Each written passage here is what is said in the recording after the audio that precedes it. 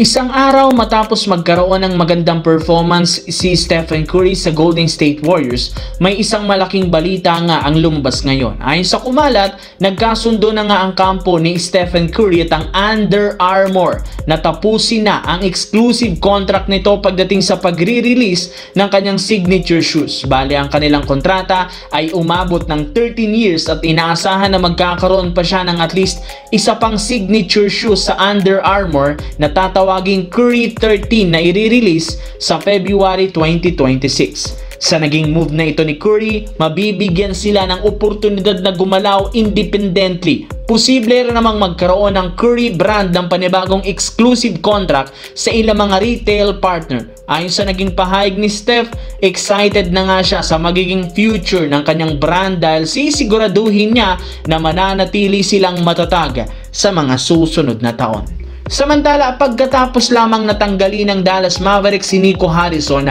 nagsimula na rin namang gumalaw ang front office ngayon. Sa katunayan, nagbabalik na sa wakas si Mark Cuban sa mga taong nagdedesisyon ngayon sa loob ng kanilang organisasyon. Dahil dyan, inaasahan na gagawa ng napakalaking pagbabago ito.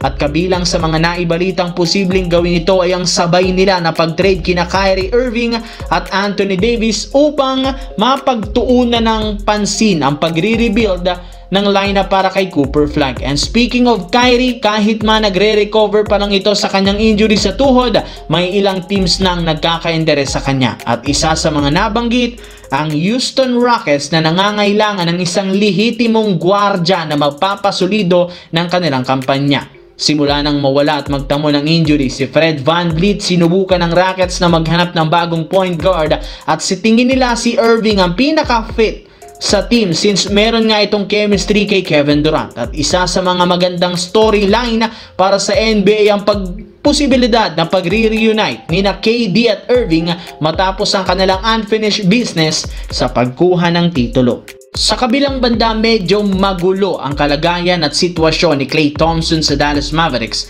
dahil simula nang i-trade ng team si Luka, nagkanda leche-leche na ang kanyang plano. Ayon sa lumabas na balita, umabot sana ng 4-year, $80 million ang inoffer sa kanya na kontrata ng Lakers noon, ngunit nakapagdesisyon siya na kunin ng mas mababang kontrata na offer sa kanya ng Dallas Mavericks para lamang makasama si Luka Doncic. Ang problema, 21 games lamang niya itong nakasama bago ito i-trade ng Mavericks papunta sa Lakers. At simula nang mawala si Luka Doncic sa team, hindi na naging maganda ang kanyang sitwasyon dahil maliban sa patuloy na pagbagsak ng Mavericks, napakalamyari naman ang kanyang laro sa hindi pagpasok ng kanyang mga tira.